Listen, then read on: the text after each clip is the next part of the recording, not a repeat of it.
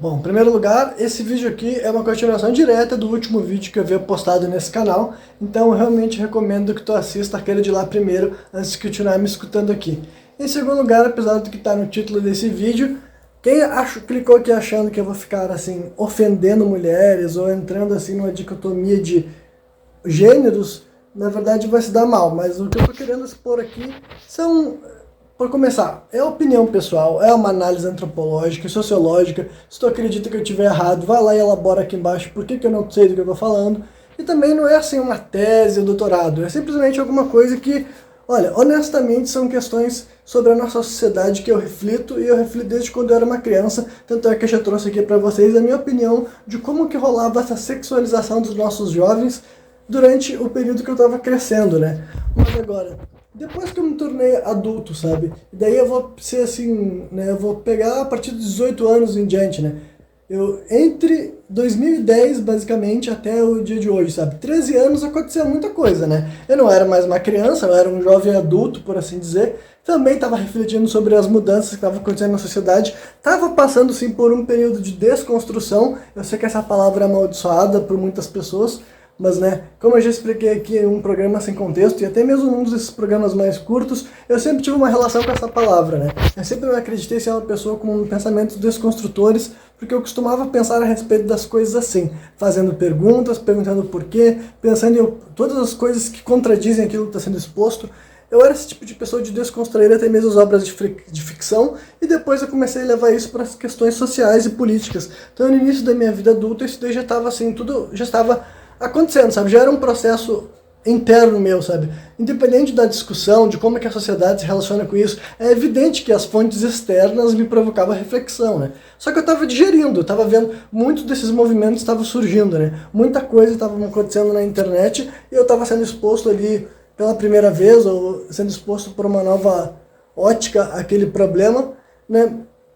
E eu fui elaborando sobre como que será que talvez... Então a primeira pergunta aqui que eu vou responder é: tá, eu acredito que a gente foi hipersexualizado na minha infância, eu acho que os jovens hoje em dia ainda são? Eu acho que sim, sabe? Mesmo que não tenha mais os fenômenos, né, que nem eu tinha elaborado lá, tiazinha, feiticeira, alguma coisa especificamente direcionada para o público infantil, tentando capitalizar nisso, ainda assim existem várias formas assim, de sexualizar as crianças. E também outra coisa que eu vou deixar bem claro aqui, eu não estou falando também assim, para quem pode achar que...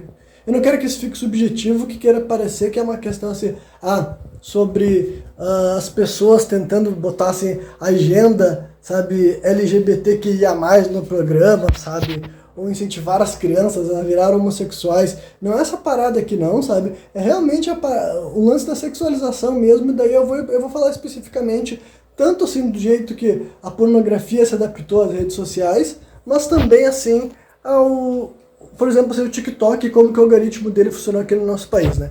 Eu vou mencionar essa plataforma especificamente, mas vocês podem transferir o que acontece para o TikTok para várias outras formas assim, de conteúdo, né? Afinal, o TikTok já veio através do Snapchat, né, que foi comprado e tudo mais, mas enfim, eu não vou fazer toda essa história. O ponto é, no TikTok veicula muito das coisas que eu criticava no meu vídeo anterior, só que agora na versão moderna, sabe?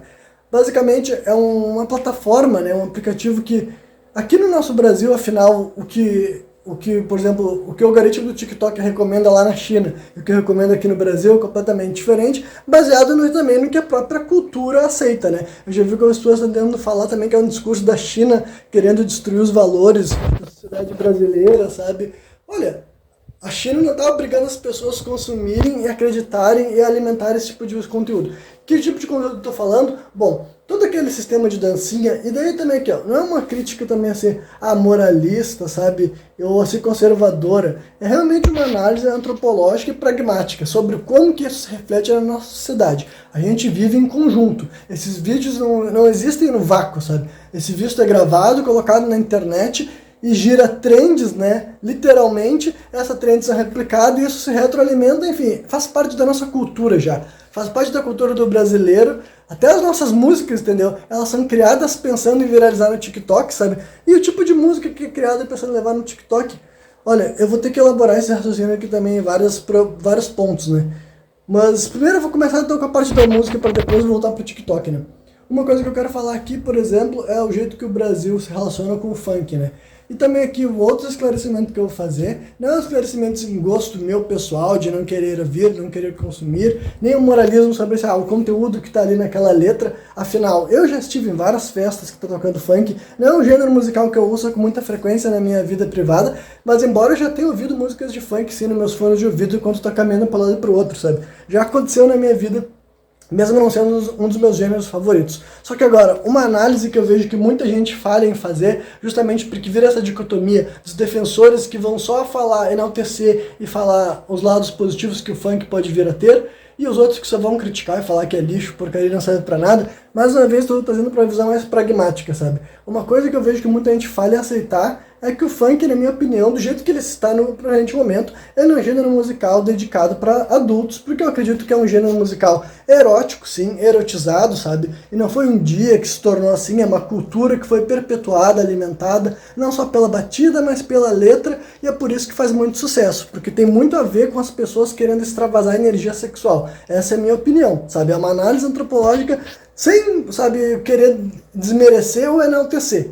Então, falando sobre tudo isso, eu não acredito que seja adequado a gente permitir que o funk seja visto como um gênero que também pode ser vinculado ao grupo infantil, a não ser que tenha realmente, assim, sabe, uma ruptura grande, sabe, entre o funk tocado em festa e o funk que vai ser colocado em áreas de ambiente, sabe, assim. Não é só sobre censurar palavrões, né? É sobre, assim, até porque, por exemplo, a clássica a palavra do senta, senta, senta, e a novinha, por exemplo, nada disso é palavrão, mas o que é aquele ritmo, aquelas danças e aquelas frases sendo repetidas incessantemente nos ouvidos de crianças passam de mensagens para eles? Tem gente que fala assim, não, mas a criança é inocente, que não sei o que lá. Olha, vocês estão falando um monte de coisa perto das crianças, as letras das músicas vão deixando subentendido, os corpos fazem certos movimentos. Vocês estão achando que isso de maneira alguma também é sexualizar, também é erotizar crianças, sabe? Eu acredito que sim, entendeu? Eu acredito que é assim. Tem gente que vai dizer que não, que é tipo, o funk não tem nada de erótico, não tem nada de sensual. Eu acho que isso daí, tipo assim, além de... Não é questão de opinião, sabe? Eu acho que pragmaticamente tá errado. A pessoa só tá negando um fato e não tá querendo colocar esse gênero musical no escopo que eu acho que ele precisa ter. Porque eu acredito em quê? Eu acredito em faixa etária, eu acredito em bom senso, entendeu? Eu não acho, né, como eu tô sempre querendo reiterar aqui, quem quiser contrariar o que eu tô falando aqui pode vir com argumentos, pode elaborar seu ponto ali embaixo, porque eu vou ler e vou levar em consideração, mas também imagine que muitas das coisas que vocês podem vir a falar contra o que eu tô falando aqui eu já tenho ouvido, entendeu? Mas agora, bom, e provavelmente eu vou querer falar mais coisas sobre esse assunto no próximo vídeo, porque afinal eu só vou falar sobre isso aqui por 10 minutos, né? Mas voltando, tá. Então, o funk se tornou associado com o TikTok. E não apenas o funk, tem outros gêneros musicais, mas gêneros musicais que bebem na mesma fonte criativa que o funk, né? Por várias questões que eu não vou poder ficar falando aqui agora, né? Então, se tornou essa cultura da gente transmitir danças muitas vezes sensuais ou eróticas, muitas vezes jovens com baixa idade se expondo para o mundo inteiro ou para o Brasil inteiro, menos que seja, né? E daí as pessoas podem estar falando assim, mas como eu terminei o outro vídeo falando, mas o problema está na maldade dos olhos de quem vê. Bom, eu, em última instância, até posso acreditar que sim, mas e aí? Tu não vai aceitar sobre a responsabilidade nisso tudo, sabe? Tu vai fazer de conta que o mundo não é feito de interações, que as pessoas não se ligam uns aos outros. Tu vai fazer de conta que uma jovem, uma adolescente, pode se expor só porque na cabeça dela ela não tá pensando como que aquilo tá sendo recebido pelo mundo e o que tá sendo visto também do outro lado, sabe? Aí, sei lá, eu não consigo concordar também, sabe? Porque daí tu tá fazendo de conta que isso não vai gerar efeitos práticos, sabe? Não vai tornar uma sociedade que acha normal inserir e erotizar e sexualizar tudo em todos os lugares. E adivinha, o Brasil já é assim, sabe? E mais uma vez, assim, não é moralismo, não é ser puritano. Eu já consumi conteúdo pornográfico e ainda consumo, não é essa discussão. Isso aqui também especificamente nem é sobre pornografia, coisa erótica. Existe erotismo em obras de ficção, em músicas, em filmes de Hollywood, existe em vários lugares. Só que existe assim, existe faixa etária, sabe? Eu acredito que tem que ter uma certa responsabilidade com o que está sendo veiculado.